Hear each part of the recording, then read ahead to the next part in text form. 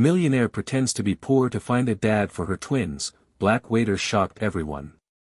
The rain hammered against the windows of La Perla, Manhattan's most exclusive restaurant, as Valentina Chen adjusted the worn cardigan she had bought from a thrift store that morning. At 34 years old, she controlled a real estate empire worth $300 million, but tonight, she looked like any struggling single mother trying to give her children a special treat. Her twins, Lucas and Emma, sat beside her, their 6-year-old eyes wide with wonder at the crystal chandeliers and golden decorations that filled the dining room. Valentina had been conducting this experiment for 8 months now, visiting different places while pretending to be poor, searching for a man who would love her children for who they were, not for the fortune they would inherit. She had met dozens of men who seemed perfect until they discovered her apparent poverty and disappeared like smoke in the wind. Tonight felt different though. She had deliberately chosen this expensive restaurant, knowing that her simple appearance would attract attention, wanting to see how the staff would treat someone who clearly did not belong in their world of champagne and caviar. Jerome Williams noticed the small family the moment they walked through the door. At 31, he had been working as a waiter at La Perla for 3 years, sending most of his earnings back home to Mississippi where his grandmother was battling cancer. His colleagues whispered and pointed at the poorly dressed woman and her children, making jokes about how she probably could not afford even the bread basket. But Jerome saw something different in the way she held herself, a quiet confidence that reminded him of his late mother who had raised 5 children alone after his father died in Afghanistan. The woman's eyes moved across the room with purpose, not intimidation, and when those eyes met his, Jerome felt something shift in his chest.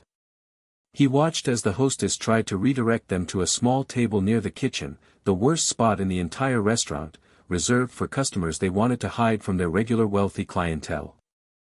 Without thinking, Jerome stepped forward, his deep voice cutting through the hostess's dismissive tone. "Actually, Miranda, table 7 just opened up. The one by the window with the beautiful city view. I'll take care of them personally." Miranda's perfectly painted lips twisted into a sneer as she looked Jerome up and down, her voice dripping with false sweetness that barely concealed her contempt. "Jerome, darling, table 7 is reserved for our premium guests.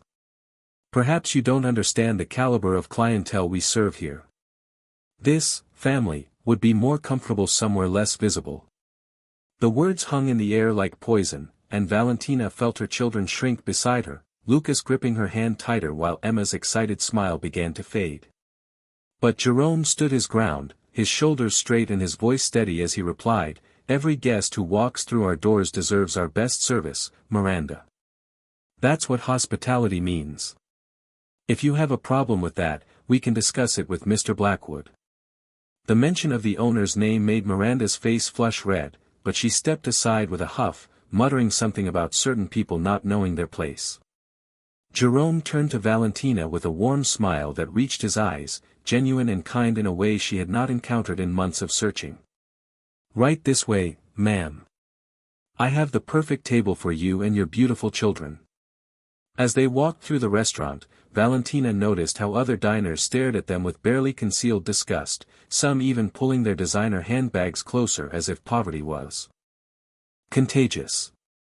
But Jerome walked ahead with pride, greeting each table they passed with professional courtesy, refusing to let their judgment affect him. When they reached table 7, he pulled out chairs for each of them, treating them with the same respect he would show to celebrities or politicians. Emma looked up at him with wonder in her eyes and asked in her small voice, "Mister, why are you being so nice to us? The lady at the front didn't like us very much." Jerome knelt down to her eye level, his voice gentle as he answered, "Because kindness doesn't cost anything, little one. And you know what? You 3 are the most important guests I'll serve tonight." Lucas, usually shy around strangers, suddenly spoke up, "My mom says people show their true colors when they think nobody important is watching." Jerome's eyes moved to Valentina, and for a moment, she saw recognition there, not of who she was, but of what she was doing. "Your mom sounds like a very wise woman," he said softly, standing up and handing them menus. "Now, what can I get for you tonight?" The manager, Richard Blackwood, appeared at their table within minutes, his thin face pinched with disapproval as he looked at Valentina's simple clothes and her children's Target brand outfits. He was a man in his 50s who had built his reputation on exclusivity, believing that maintaining high prices and discrimination disguised as standards was the key to success. "I'm terribly sorry," he said, though his tone suggested he was anything but sorry, "but I'm afraid there's been a mistake. This table is actually reserved for another party. Perhaps you'd be more comfortable at the diner down the street. They have a lovely children's menu with chicken nuggets and French fries." The insult was clear, and Valentina saw Jerome's jaw clench, his hands forming fists at his sides. But before he could speak, she reached into her purse and pulled out a credit card, placing it on the table with quiet confidence. "I'd like to order the chef's tasting menu for 3, please. And a bottle of your best champagne. The Krug Klaus du Mesnil, if you have it." Blackwood's eyes widened at the mention of the $3,000 bottle, and he reached for the card with skepticism written across his face. "I'll need to verify this card, of course," Blackwood said with a smirk, certain it would be declined. He walked away with an exaggerated swagger, already preparing his speech about how they didn't serve people who couldn't afford their establishment. Jerome remained by their table, his protective presence a shield against the hostile stares from other diners. "You don't have to do this," he said quietly to Valentina. "You don't have to prove anything to people like him." She looked up at him, seeing the genuine concern in his dark brown eyes, and felt something she had not experienced in years. Here was a man who was trying to protect her dignity, not knowing she could buy the entire restaurant if she wanted to. "Sometimes we have to stand our ground," she replied. "If not for ourselves, then for our children." Emma tugged on Jerome's sleeve, and when he looked down, she whispered, "Those people keep staring at us. Are we doing something wrong?" The pain in Jerome's eyes was evident as he shook his head. "No, sweetheart. Sometimes people stare because they're not used to seeing beautiful souls. They're so busy looking at the outside that they forget to see what really matters."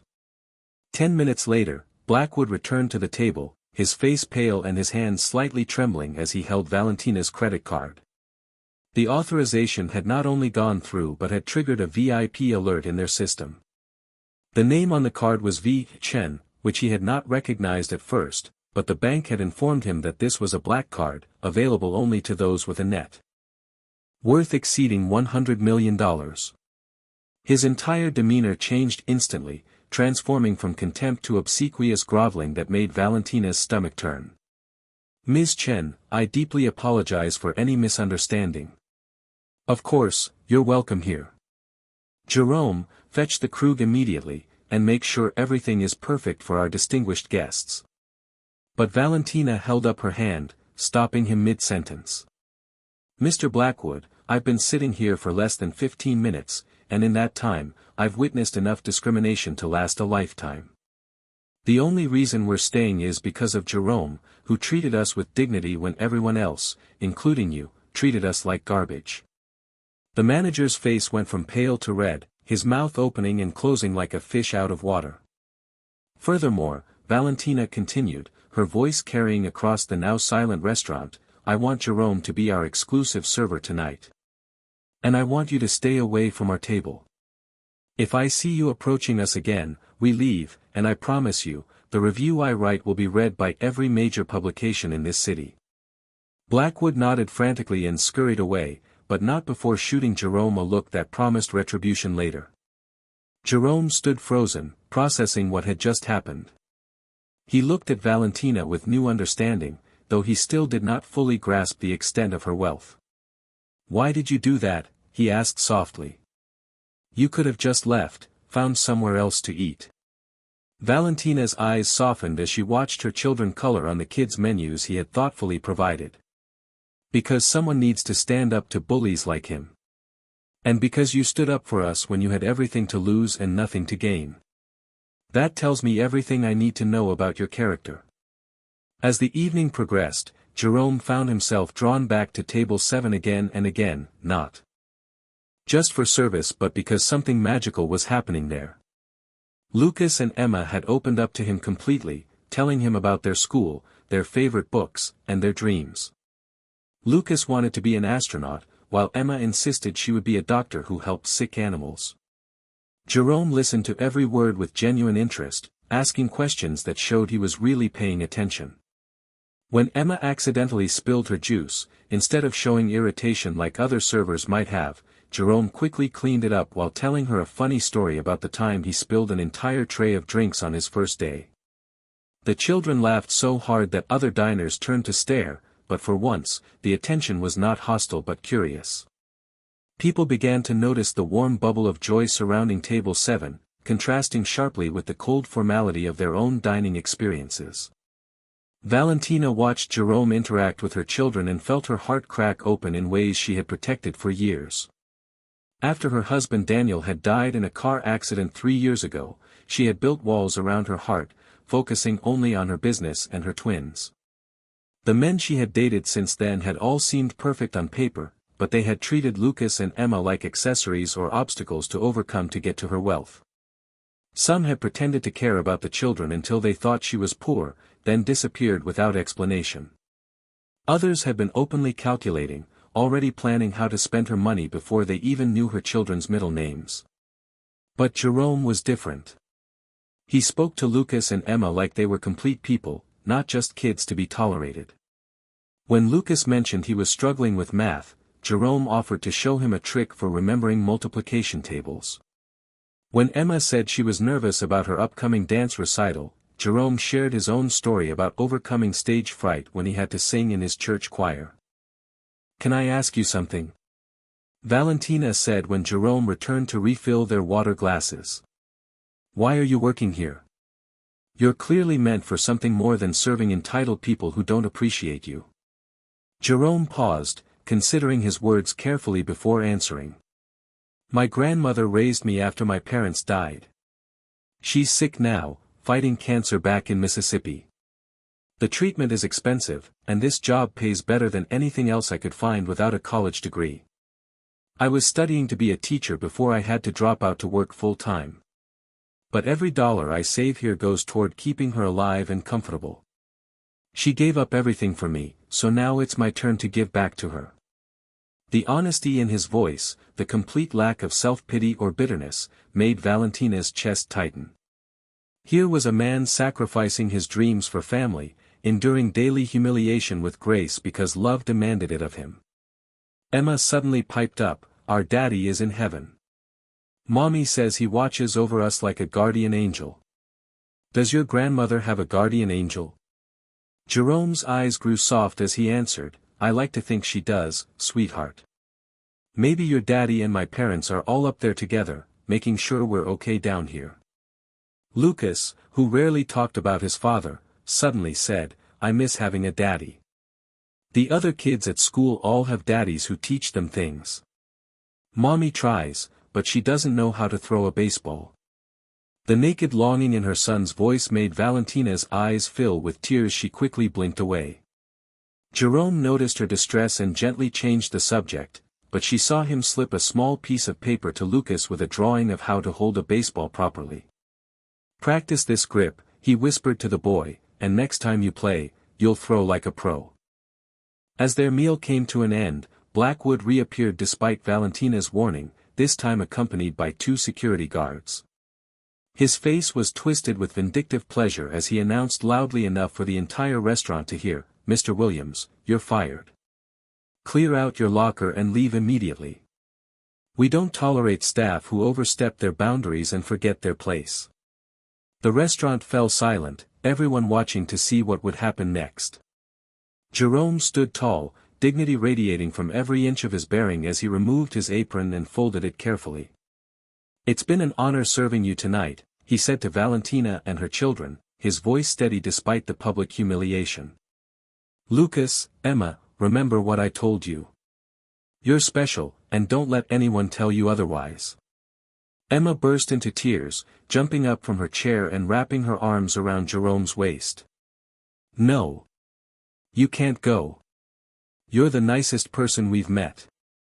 Lucas joined his sister, both children clinging to Jerome as if their little arms could protect him from the cruelty of the world. Valentina stood slowly, her entire demeanor changing as she pulled out her phone and made a single call. "Harrison. It's Valentina. I need you at La Perla immediately. Bring the acquisition paperwork for the Blackwood Restaurant Group." She hung up and turned to face the shocked manager, her voice cold as winter steel. "Mr. Blackwood, you've just made the biggest mistake of your career. You see, I'm not just V. Chen with a black card. I'm Valentina Chen, CEO of Chen Real Estate Development. I own the building this restaurant sits in, and as of tomorrow morning, I'll own the restaurant too." The color drained from Blackwood's face as he realized the magnitude of his error. Around them, diners began pulling out their phones, recording the drama unfolding before them. You can't do this," Blackwood stammered, his earlier arrogance evaporating like morning mist. "I just did," Valentina replied. "Security, please escort Mr. Blackwood from the premises. He's no longer welcome in my establishment."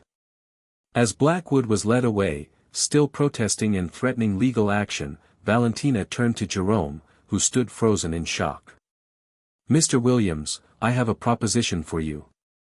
I'm starting a new initiative, a chain of restaurants that will focus on inclusivity and kindness rather than exclusivity and snobbery. I need someone to help me run it, someone who understands that true service comes from the heart, not from judging people by their appearance or bank accounts. The salary starts at $200,000 a year, with full benefits including healthcare for your grandmother. Interested?" Jerome's legs nearly gave out as he processed her words.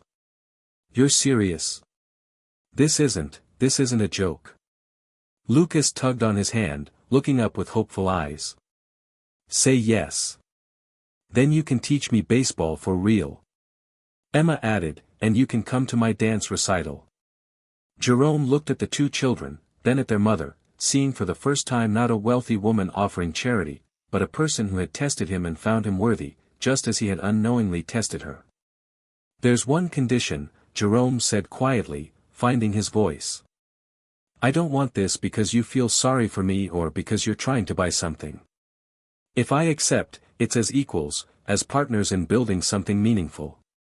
Valentina smiled, the first genuine smile she had given to a man since Daniel's death. "That's exactly what I'm offering. Partnership, respect, and maybe, if you're willing, a chance to be part of a family that needs someone like you." The twins cheered, already planning all the things they would do with Jerome, while around them, the restaurant. Patrons began to applaud. Someone had recorded the entire confrontation, and within hours, the video would go viral, destroying what remained of Blackwood's reputation while launching Jerome into the spotlight as a symbol of dignity in the face of discrimination. 6 months later, the first of the Haven restaurants opened, with Jerome as co-director alongside Valentina. The restaurants became famous not just for their excellent food but for their policy of treating every customer with equal respect, regardless of their appearance or apparent wealth. Jerome's grandmother received the best treatment available and went into remission, eventually moving to New York to be closer to her grandson. She became a regular fixture at Sunday dinners with Valentina and the twins, teaching Emma her secret cornbread recipe and helping Lucas with his homework. The bond between Jerome and the children grew stronger each day, built not on pretense or testing but on genuine affection and shared values. When Jerome finally proposed to Valentina a year later, he did it in the same spot where they first met, at table 7 of what was once La Perla and was now Haven's flagship location. "You tested me that night," Jerome said, holding her hands as Lucas and Emma watched with barely contained excitement. "You wanted to know if I could love your children without knowing about your money. But what you didn't know was that I was testing you too, in my own way. I wanted to see if you would stand up for what was right, if you would protect those who couldn't protect themselves. We both passed each other's tests, but more importantly, we found something neither of us was looking for. We found home." Valentina said yes through tears of joy, while Lucas and Emma tackled them both in a group hug that nearly knocked them over. The security footage of the proposal went viral too, but this time it was a story of love. Triumphing over prejudice, of two people who looked past surface appearances to find the gold within. Richard Blackwood ended up working as a server at a highway diner, learning firsthand what it meant to be judged and dismissed. He sent several apology letters to Jerome, who responded with grace but no invitation back into their lives. Miranda, the hostess who had tried to hide them away, was caught on camera making racist remarks and never worked in hospitality again. But the real victory was not in the downfall of those who had shown prejudice but in the rise of those who had shown kindness. Jerome implemented training programs at Haven restaurants for people from disadvantaged backgrounds, giving them the chances he had almost lost. Valentina used her wealth and influence to create scholarship programs for aspiring teachers like Jerome had wanted to be, ensuring that financial hardship would not rob other children of dedicated educators. The twins grew up with a father who taught them that integrity was worth more than any inheritance, that kindness was the truest form of strength, and that love was not something to be tested but something to be given freely and without condition. Years later, when Lucas became a doctor and Emma a veterinarian just as she had dreamed, they would tell the story of how their mother pretended to be poor to find their father, and how their father's genuine heart had been worth more than all the money in the world. They would explain that sometimes we wear masks to find truth, but the greatest discovery is when we can finally take those masks off and be seen for who we really are. The Haven restaurants expanded nationwide, each one carrying the same message that had been born that rainy night at Table 7, every person deserves dignity, respect, and the chance to prove that their character is worth more than their circumstances. Valentina often reflected on her months of pretending, of the men who had failed her tests and disappeared when money was removed from the equation. She realized that Jerome had been different from the very beginning because he had never seen her as a test to pass or a prize to win. He had seen her as a mother protecting her children, as a woman standing up to bullies, as a human being deserving of respect regardless of what she wore or what she owned. That recognition, that fundamental seeing of her true self, was worth more than any fortune. And Jerome, for his part, learned that sometimes angels come disguised in thrift store cardigans, testing not just our kindness but our courage to stand up for what is right even when it costs us everything. The story of the millionaire who pretended to be poor became legend in certain circles, told as a cautionary tale about judgment and prejudice. But for those who knew the whole truth, it was more than that. It was proof that love could not be bought or sold, that true character revealed itself in moments of pressure, and that sometimes the greatest fortunes were not in bank accounts but in the families we chose to build. Every Christmas, the family would return to Table 7, now permanently reserved for them, and toast to the night that changed everything. They would remember the rain against the windows, the hostile stares, the moment when Jerome stood up to Miranda, and the instant when Blackwood's arrogance turned to ash. But mostly, they would remember the moment when two masks fell away and two souls recognized each other as home. The ripple effects of that night continued for years. Other restaurants began adopting Haven's policies of inclusive service. Business schools taught case studies about Valentina's unconventional method of finding both a business partner and a life partner. Jerome's story inspired countless others in service industries to maintain their dignity despite daily challenges. But perhaps the most beautiful outcome was the simplest one. Two children who had lost their father found a new one who chose them not for their inheritance but for themselves. A man who had sacrificed his dreams for family found a new family that helped him achieve even bigger dreams. And a woman who had armored her heart in wealth and tests found that vulnerability and truth were the keys to the love she had been searching for all along. In the end, the story was never really about money or poverty, about tests or pretense. It was about the moment when we stop hiding who we are and risk being seen, truly seen, by someone who has the eyes to recognize our worth beyond any disguise.